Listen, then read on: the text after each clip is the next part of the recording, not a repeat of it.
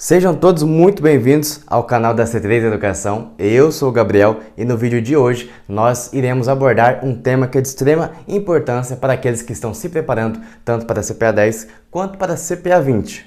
Nós estaremos aqui focados em explorar 50 questões que estão relacionadas à trilha 3 sobre princípios básicos de economia e finanças e sobre a trilha 4, princípios de investimentos. Sabemos que tanto a CPA 10 quanto a CPA 20 possuem seus desafios e treinar por meio de simulados esses temas é muito importante para um bom desempenho nos exames. Portanto, se você está direcionando seus esforços para essas certificações ou simplesmente você quer aprofundar um pouco mais os seus conhecimentos, saiba que você está no lugar certo. A nossa abordagem ela será descomplicada, proporcionando uma análise mais leve, mais prática dessas questões. Pois então apenas relaxe, preste muita atenção e, claro, sinta-se à vontade para poder compartilhar as suas dúvidas aqui nos comentários. Durante o vídeo eu apresentarei 50 questões envolvendo princípios básicos de economia e finanças e princípios de investimentos. Sem mais delongas, nós iniciaremos em direção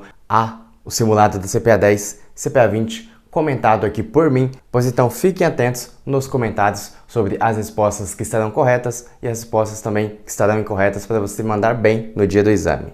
Primeira questão na sua tela. O PIB no Brasil, ele é medido pela letra A, ótica das receitas, B, ótica das despesas, C, ótica das entradas ou a letra D, ótica das saídas. No Brasil, adota-se o cálculo pela chamada ótica da despesa, ou seja, a letra B está correta. Pela ótica da oferta, que é o produto, soma-se todos os produtos finais da indústria, comércio, serviços e também da atividade agropecuária. Já pela ótica da despesa, que é a nossa resposta correta, soma-se os gastos para a manutenção, ou seja, o consumo, e a expansão da economia, o que é investimento. E a outra forma de se calcular é pela renda, ou seja, soma-se todas as rendas pagas durante o período.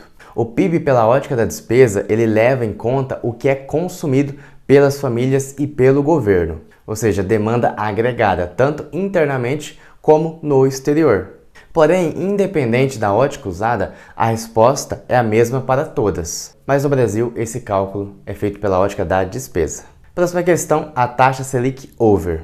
É utilizada para indicar o custo do dinheiro, é utilizada como um mecanismo de combate à inflação, serve para remunerar os títulos bancários, utilizada para corrigir os dividendos pagos aos acionistas. Deixa eu te explicar. A Selic é a taxa de juros média praticada nas operações compromissadas com títulos públicos federais com prazo de um dia útil, entre o Bacen e os bancos dealers, e serve sim como um indicador de custo do dinheiro, e a alternativa correta aqui é a letra A.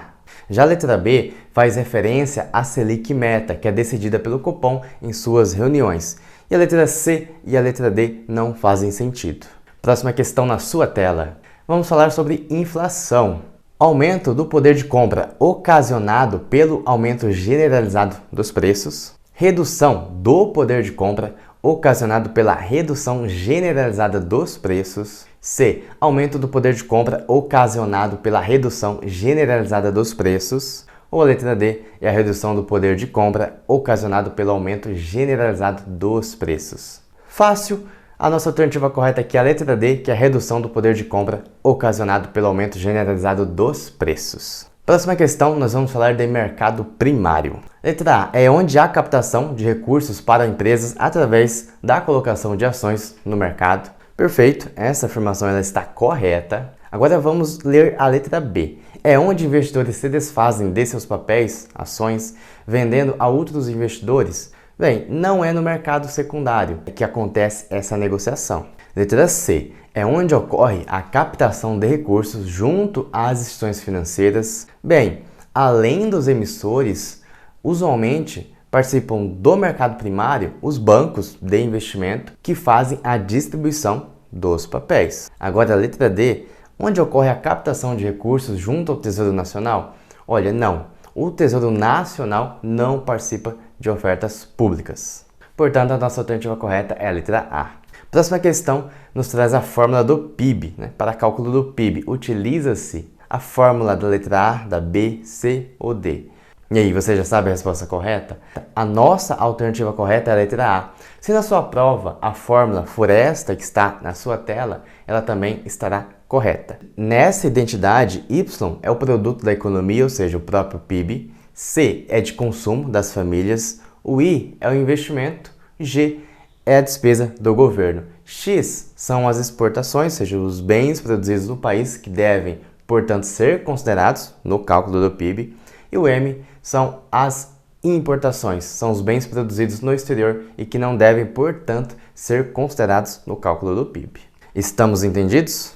Então vamos para a nossa próxima questão.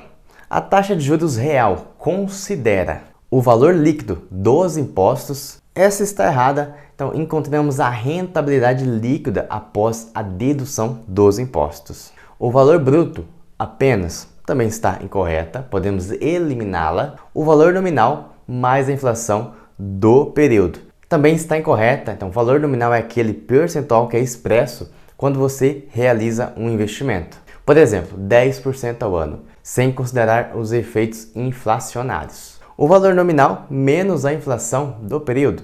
Sim, está correta, a taxa de juros real ela aponta quanto o patrimônio ele foi multiplicado em um investimento, descontando-se a inflação do período.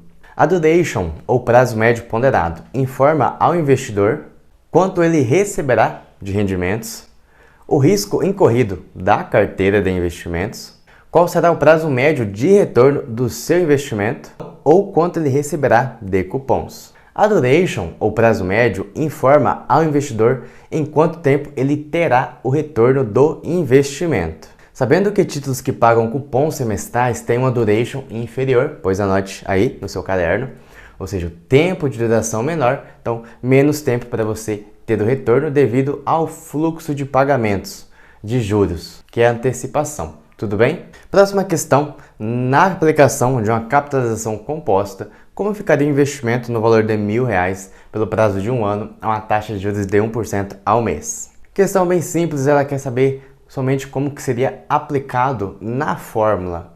Seria a letra A, B, C ou D, ou seja, qual que é a fórmula correta dos juros compostos. A alternativa correta é a letra A, fácil, então eu quero que você acerte no seu exame. Próxima questão, sabendo que o custo da construção subiu no último mês, qual índice apresentará variações significativas na sua divulgação? Letra A, IGPM, B, CDI, C, IPCA ou a letra D, TR? A resposta correta é a letra A. O IGPM é calculado pela FGV e tem um peso de 10% do INCC. Logo, será mais sensível na sua divulgação. O CDI não tem nada a ver com a questão e quanto ao IPCA, esse indicador ele busca medir a variação de preços de uma forma bastante ampla, contemplando os gastos das famílias de rendimento mensal, seja de 1 até 40 salários mínimos e residentes em áreas urbanas. Já a nossa TR nada mais é que a taxa referencial, é uma taxa de juros de referência que ela é utilizada para determinar o rendimento de algumas modalidades de investimentos. Por exemplo, a poupança. E também corrigir o saldo do FGTS. Próxima questão, vamos falar sobre PIB, o Produto Interno Bruto de uma economia. Representa, em valores monetários e para determinado período, a soma de todos os bens e serviços. Letra A, intermediários e finais a preço de custo. Letra B, finais a preço de custo. C, intermediários e finais a valor de mercado. Ou letra D, finais a valor de mercado. PIB é uma medida que representa a soma, em valores monetários, anote bem, de todos os bens e serviços finais e não intermediários. Por quê? Para evitar a dupla contagem, que são produzidos por uma economia, ou seja, em uma determinada região, considerando o valor de mercado dos bens e serviços e não o seu valor de produção ou seu custo. Assim, a alternativa correta aqui é a letra D. Índice de inflação oficialmente utilizado pelo governo brasileiro para verificar o cumprimento da meta de inflação. Será o IGPM, o IPCA, o IGPDI, o IPA. Bem, o IPCA é o índice de referência do sistema de metas para a inflação e mede o preço de uma cesta de consumo, como eu já mencionei anteriormente, representativa para famílias com renda de 1 a 40 salários mínimos, e a resposta correta aqui é a letra B. No Brasil, por determinação do Bacen, o Banco Central, Os bancos não podem encerrar as suas operações diárias com saldo negativo no caixa. Essa é uma medida de segurança para manter o sistema financeiro nacional saudável e estável. A taxa de referência utilizada para cálculo da remuneração devida em empréstimos realizados entre instituições financeiras no Brasil é a alternativa à letra A, taxa DI, B, taxa Selic, C, taxa comercial ou D, taxa referencial. Olha, a letra A está correta. A taxa DI é uma taxa de juros aplicada no mercado interbancário brasileiro, quando as instituições financeiras fazem empréstimos de curtíssimo prazo entre si. Inclusive, a sigla DI é de depósito interbancário. Aqui mais uma questão sobre taxa DI que quer saber como ela é apurada. Diariamente é aplicada com base em dias úteis, quinzenalmente é aplicada com base em dias úteis, mensalmente é aplicada com base em dias úteis ou trimestralmente é aplicada com base em dias úteis. Resposta correta aqui é a letra A, diariamente em dias úteis, pois já vimos que são empréstimos de curtíssimo prazo. Sobre a taxa referencial, é correto afirmar: a taxa de juros utilizada para o cálculo da remuneração dos saldos das contas vinculadas ao Fundo de Garantia do Tempo de Serviço, ou seja, o FGTS. Perfeito, essa afirmação está correta, mas vamos ler as outras. A taxa básica de juros da economia, que influencia outras taxas de juros do país, como taxas de empréstimos, financiamentos e aplicações. Essa taxa aqui, ela é a Selic meta, portanto, a alternativa B está incorreta. Vamos para a próxima. É um indexador utilizado como referência para estabelecer as taxas de juros de transações realizadas no mercado financeiro. Também está incorreta. E a nossa última alternativa diz o seguinte, que é uma média do custo de empréstimos realizados entre bancos via CDI, que acompanha a Selic. O DI é uma média do custo de empréstimos realizados entre bancos via o CDI, via o certificado, que acompanha, sim, a Selic. Então, geralmente o DI ele equivale à Selic descontada de 0,10 ponto percentual.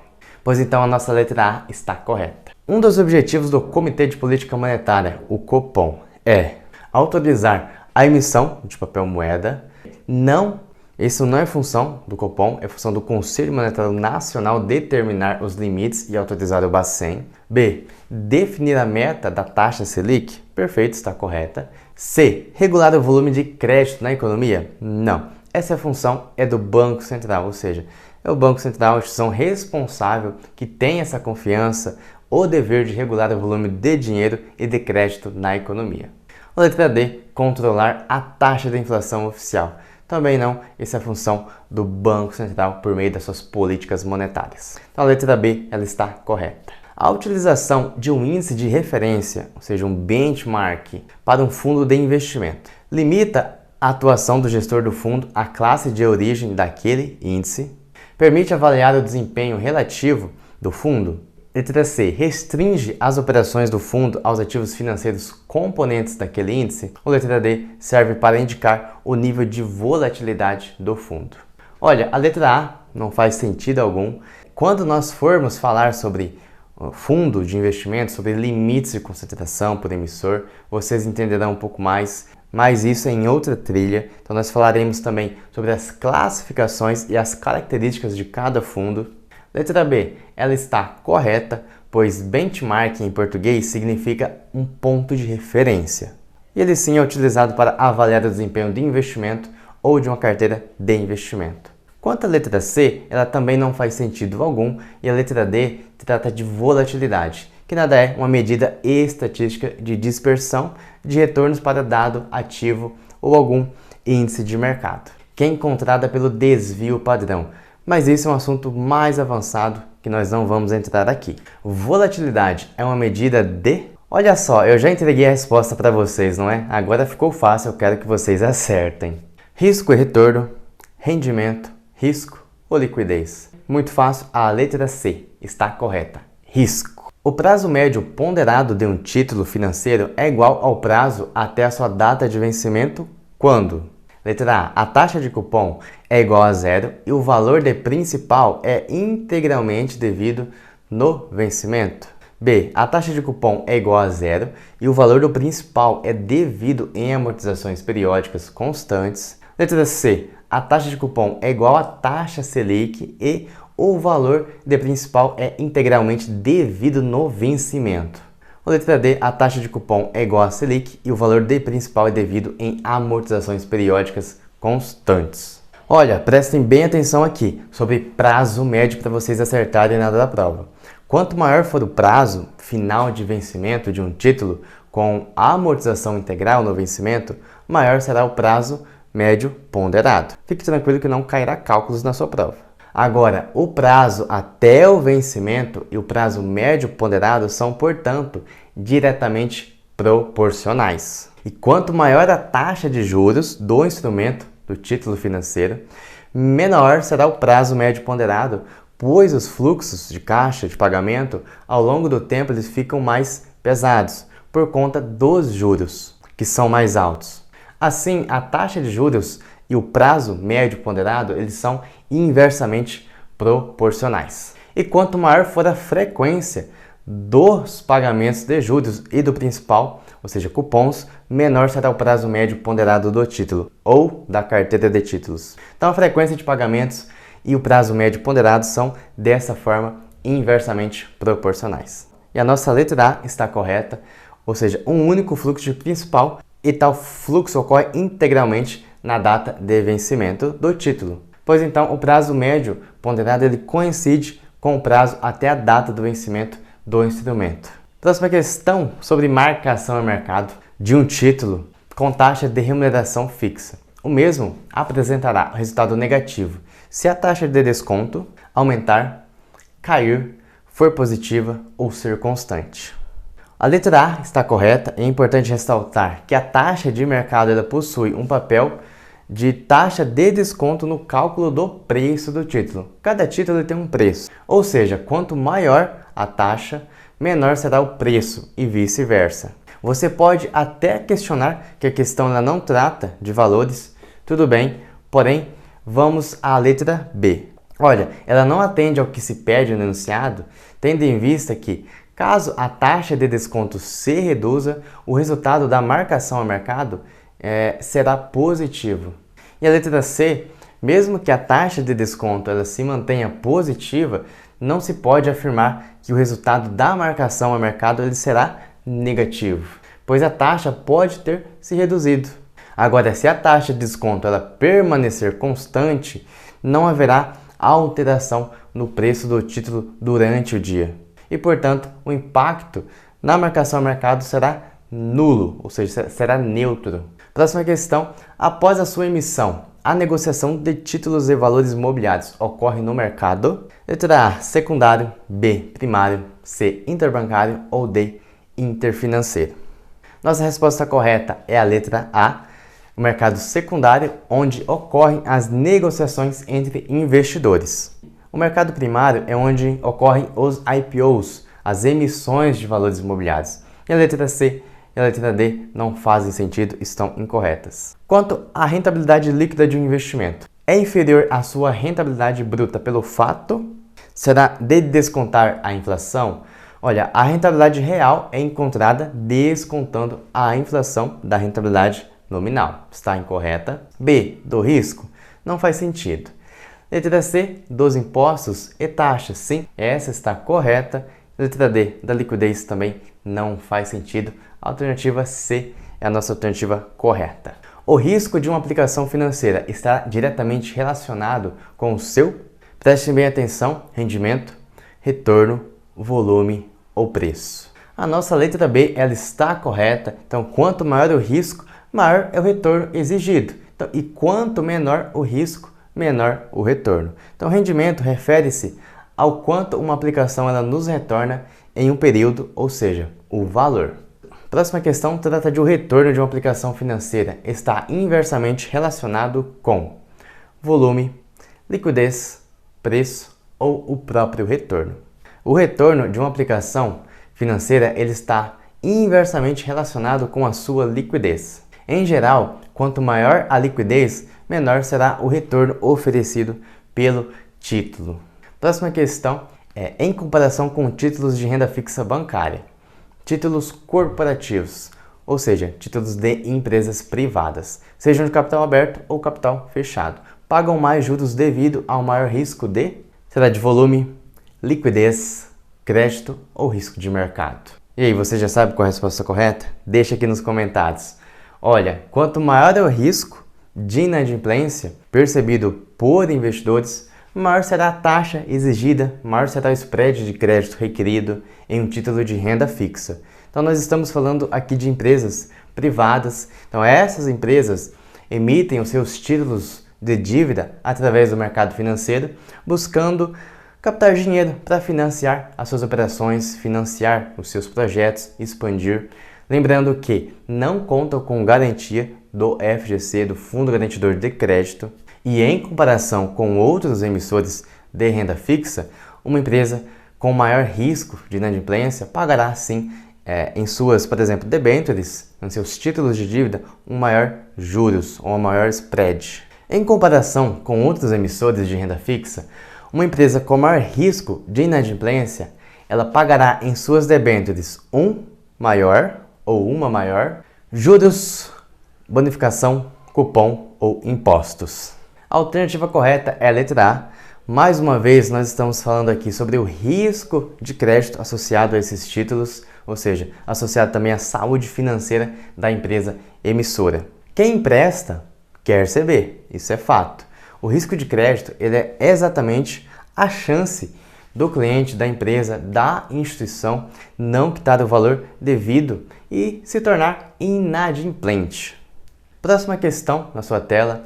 Imaginemos que um cliente ele deseja aplicar determinado valor e que precisará resgatar no curto prazo para quitar obrigações financeiras. Ele deve então aplicar em aplicações de baixo risco e elevada liquidez, mesmo que sacrificando a rentabilidade. Perfeito, parece que essa afirmação aqui está perfeita.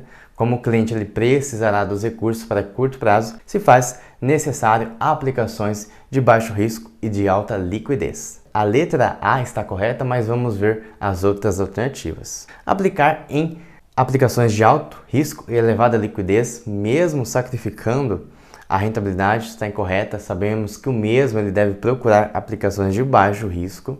Aplicar em aplicações de baixo risco e baixa liquidez, mesmo que sacrificando a rentabilidade, também está incorreta. É necessário a aplicação que possua uma alta liquidez.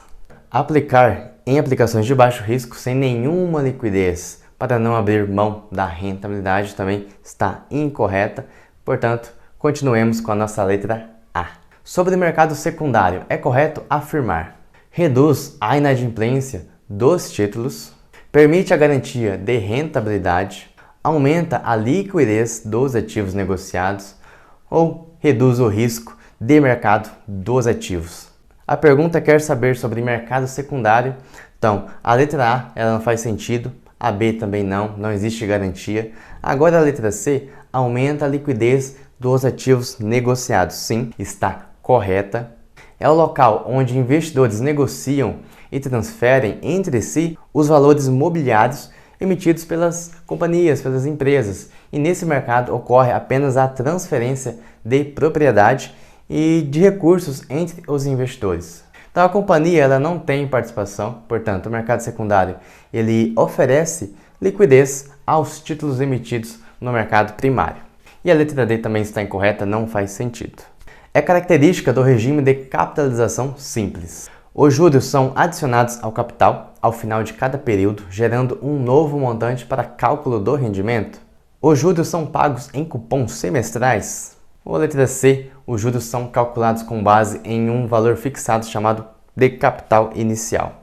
Ou letra D, os juros são pós-fixados. Quando falamos de juros simples, o rendimento de um investimento ocorre somente com base no capital inicial que é aplicado e não no acumulado dos juros. Então a letra C ela está correta. Na letra A, fala-se sobre juros compostos, ou seja, onde a capitalização composta, na qual os rendimentos provêm das taxas de juros que incidem sobre o capital inicial e também sobre o rendimento acumulado no período.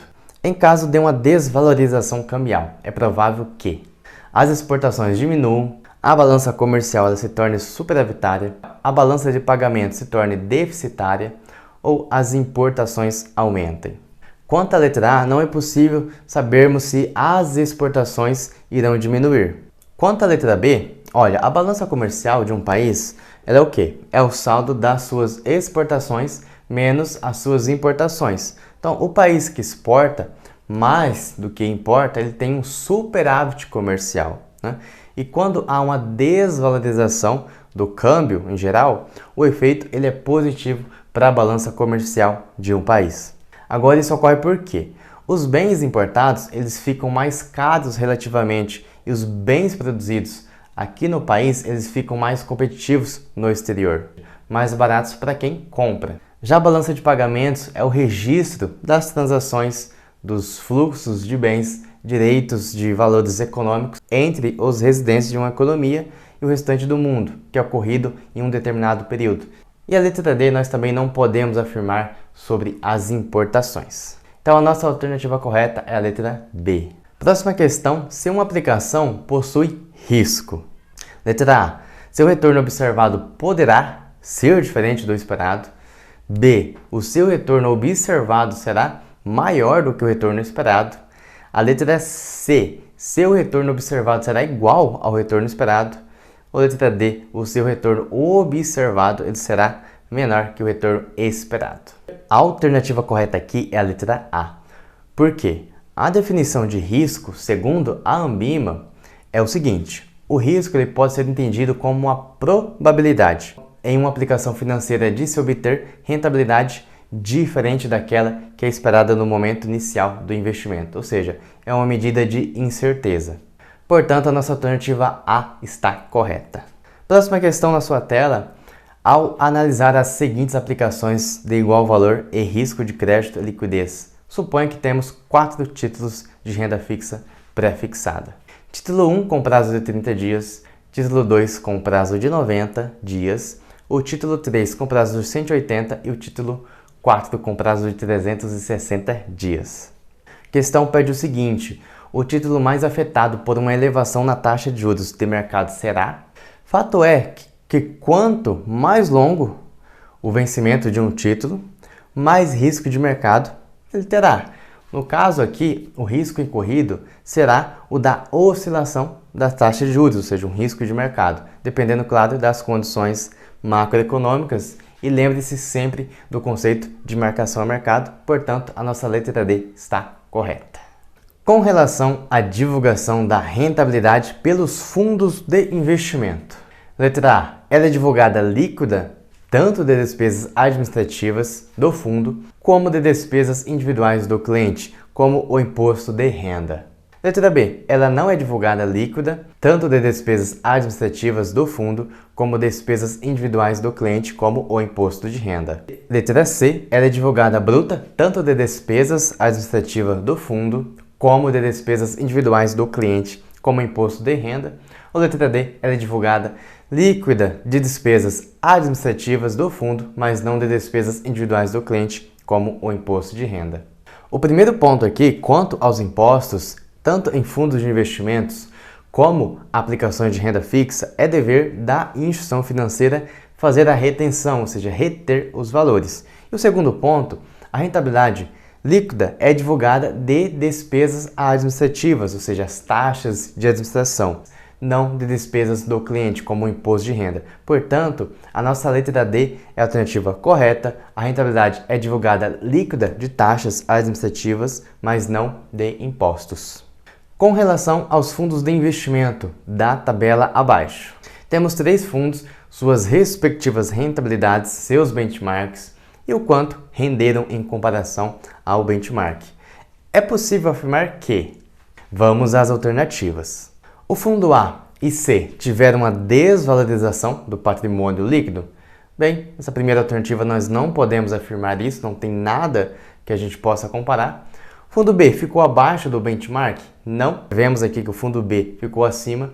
O fundo C valorizou-se mais que o fundo A e B? Perfeito, correto. E o fundo A, ele aumentou a sua captação líquida. Nós também não podemos afirmar isso, pois não temos informações suficientes. E a nossa alternativa correta é a letra C. Um indivíduo que acumulou riqueza por meio de trabalho assalariado tende a apresentar maior necessidade de retorno, menor tolerância a risco, maior conhecimento de finanças ou menor horizonte de investimento. Prestem bem atenção. Em geral, um indivíduo que acumulou a sua riqueza por meio de salário, ou seja, ele apresentará uma tolerância a risco reduzida. Por quê? É diferente de um empreendedor que já toma riscos, ou sempre tomou risco em seus negócios, seus empreendimentos. Um trabalhador que escolheu trabalhar, ou seja, vender o seu tempo para uma empresa em troca da remuneração do salário mensal, não tem essa disposição para tomar riscos. Claro, isso é pessoal de cada um, tudo bem? Então, nossa letra B está correta. Etapa básica para o entendimento das necessidades de investimento do cliente é a elaboração de uma estratégia de investimento. Não faz sentido, a questão ela aborda sobre entendimento das necessidades. B, perfil de risco. Também não, aqui seria o API. Plano de investimento também está incorreta. Perfil situacional. A elaboração de um perfil situacional é uma etapa básica, anote aí, para a compreensão por parte do profissional de investimento das necessidades do cliente. Portanto, a letra D está correta. João é um investidor que não aceita opiniões. Segue como base os seus pensamentos e intuições, pois possui um alto grau de confiança. O mesmo é classificado como individualista, por isso possui A. Uma maior aversão a risco e base racional para decisões de investimento. B. Maior aversão a risco e base emocional para decisões de investimento. Letra C. Uma menor aversão a risco e base racional para decisões de investimento. Ou letra D. Uma menor aversão a risco e base emocional para decisões de investimento.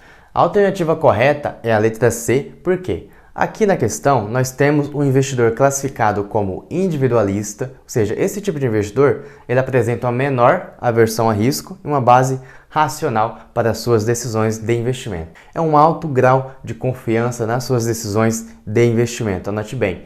É um perfil que levanta as informações de diversas fontes, por exemplo, e desenvolve a sua própria análise. Considere um investimento em ativos ou carteira de ativos. O risco que não pode ser diversificado é o risco de... Será o risco da carteira, risco sistemático, o risco não sistemático ou risco de liquidez. Letra A e a letra D, nós podemos eliminá-las, perfeito? Quando falamos de risco em uma carteira de investimento ou ativos, existe o risco que é diversificável, ou seja, o risco não sistemático, e o risco não diversificável, que é o risco sistemático, que em caso de crises, um colapso ou desastres naturais afetará toda a carteira. Resposta correta aqui é a letra B, é o risco sistemático, é aquele que não se pode ser eliminado ou reduzido com a diversificação da carteira. Lembre-se que o risco sistemático é capaz de influenciar todo o sistema, ou seja, todo o mercado financeiro, impactando todas as empresas, todos os tipos de investimento, todas as classes de ativos, embora esses efeitos sejam maiores em alguns setores, menores em outros. Próxima questão trata do índice de endividamento pessoal. Ele é dado por passivos dividido por patrimônio líquido, B. Ativos dividido por passivos, C. Passivos divididos por ativos, ou letra D. Patrimônio por passivos. Essa é fácil, a resposta correta é a letra C, passivos divididos por ativos. Vitor é uma pessoa que possui receitas maiores do que as suas despesas. Este é classificado como um agente econômico. A. Individualista. B. Deficitário. C. Superavitário. Ou D. Cauteloso. A nossa resposta correta da questão é a letra C. Por quê? Pois possui mais receitas do que despesas. Se fosse ao contrário, mais despesas do que receitas, a resposta correta seria a letra B, seria agente deficitário, mas aqui a correta é agente superavitário. Quanto a individualista e cauteloso, referem-se a finanças comportamentais, ou seja, perfis de personalidade dos investidores. Por isso não fazem sentido na questão. No que se refere a estágios de vida, patrimônio, investimento e risco. É o estágio inicial da vida de um indivíduo. Então, nessa fase, o investimento é realizado não em ativos financeiros, mas no próprio indivíduo, que busca se educar e adquirir habilidades que o ajudarão a gerar renda e acumular patrimônio ao longo de sua vida. Estamos nos referindo à fase D? Letra A, acumulação. B, distribuição. C, manutenção. Ou letra D, fundação. A alternativa correta aqui é a nossa letra D.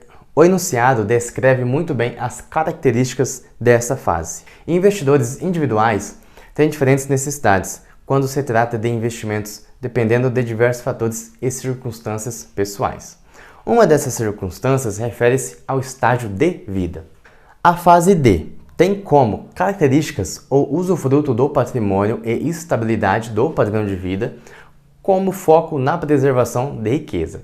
Já a fase D tem o foco na transferência de riqueza para as próximas gerações. Estamos falando das fases de vida, respectivamente. Letra A, fase de manutenção e acumulação. B, manutenção e distribuição. C, manutenção e fundação. Ou letra D, a distribuição e a manutenção.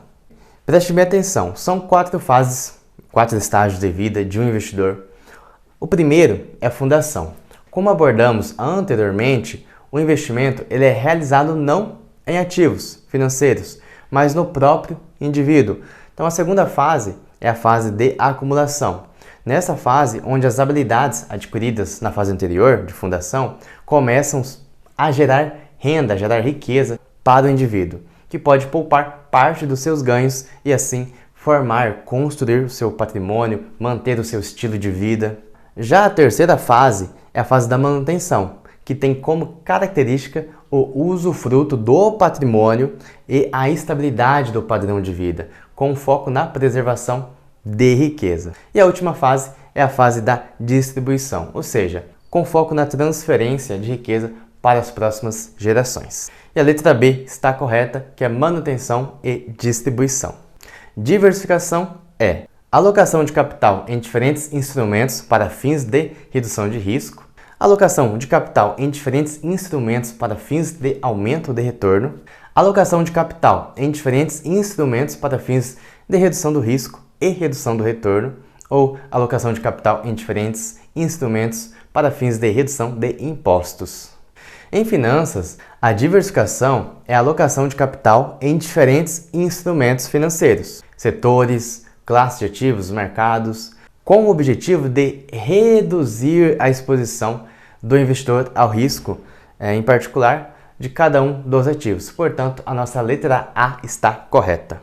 Se 2 fundos de renda fixa, Y e X, com ativos de mesmo risco de crédito, são marcados a mercado, sendo um fundo Y de curto prazo e o fundo X de longo prazo. Questão pede sobre volatilidade. Letra A. A volatilidade esperada no fundo X de longo prazo será maior.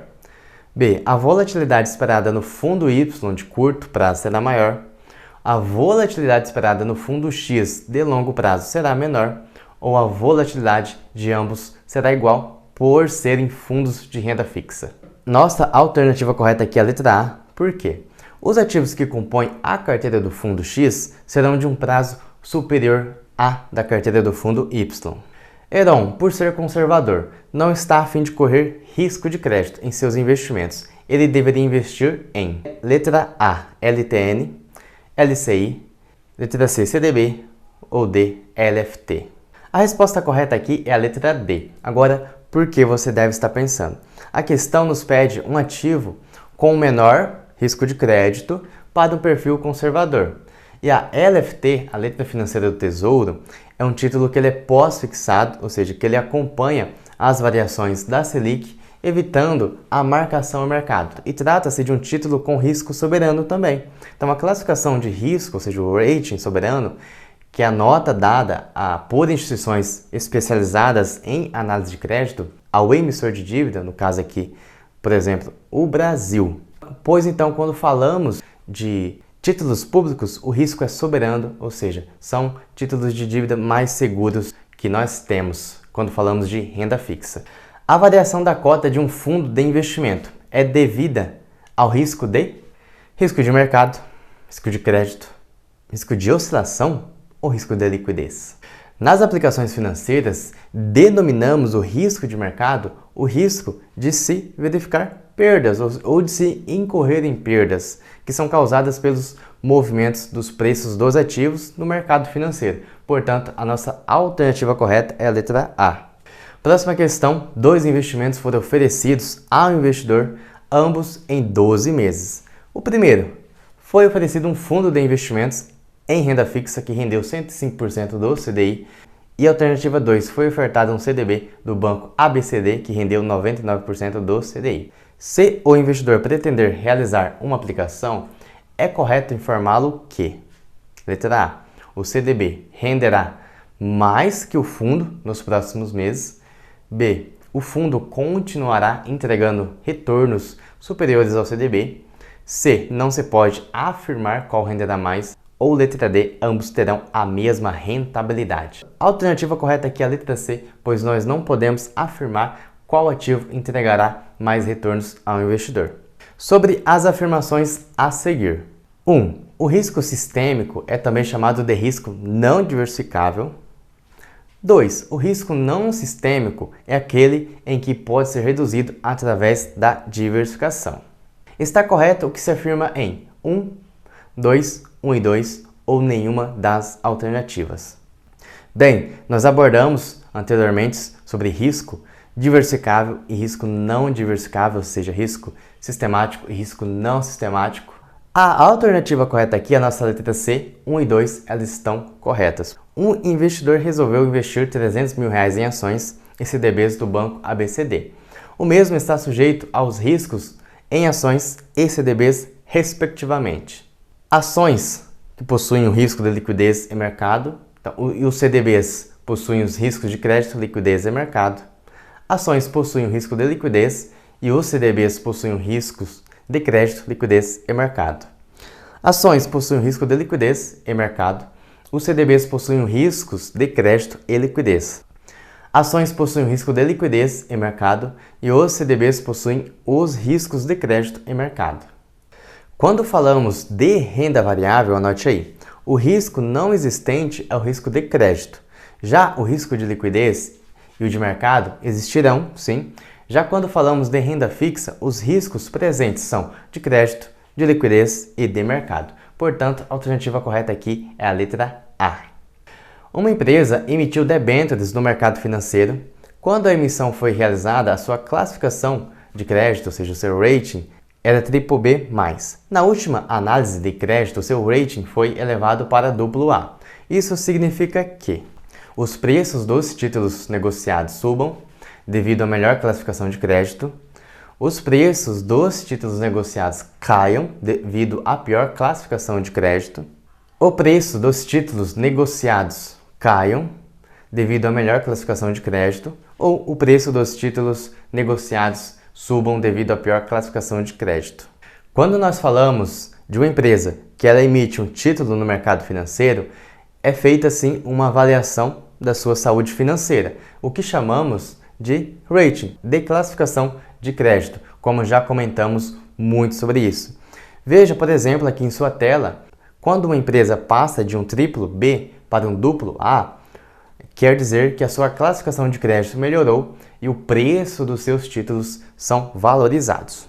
Vocês se lembram do caso das lojas americanas, mais especificamente sobre as suas debêntures? Ou seja, quando passaram a ser negociadas a 50% do valor no mercado secundário e pouco depois chegaram a ser registradas por zero em algumas carteiras, devido ao quê? Ao risco de calote, ao risco de inadimplência. É considerado um ativo livre de risco. Letra A, título público federal. B, CDBs do banco. C, ações. Ou letra D, letras de câmbio. Um título ele é livre de risco quando seu retorno realizado é igual ao retorno esperado. Ou seja, você recebe o quanto esperava receber. Um exemplo clássico de ativo livre de risco são os títulos públicos do Tesouro. Ou seja, um baixo risco e um retorno provável, o que nos permite, então, qualificá-los como um ativo livre de risco. E isso vale para qualquer dívida governamental emitida por grandes nações. Como o tempo passa rápido, não é? Nós já chegamos ao final desse nosso simulado, desse nosso preparatório aqui. Eu espero que vocês tenham curtido tanto quanto eu Antes, claro, de nos despedirmos aqui, eu quero agradecer você que acompanhou, que curtiu, que contribuiu também com seus comentários aqui. É muito bom ver essa comunidade da C3 aqui crescer, compartilhar conhecimento, aprendermos juntos. Claro, suas perguntas, sugestões e até correções são muito importantes para tornar esse espaço aqui de aprendizado cada vez melhor. Para encerrar, eu quero te pedir, se você ainda não é inscrito, não esqueça de se inscrever aqui para você não perder os nossos próximos vídeos. E claro, deixem as suas sugestões, fiquem à vontade para os próximos temas nos comentários aqui. Esse canal aqui é feito por vocês e para vocês. Valeu por estarem aqui, até o próximo vídeo.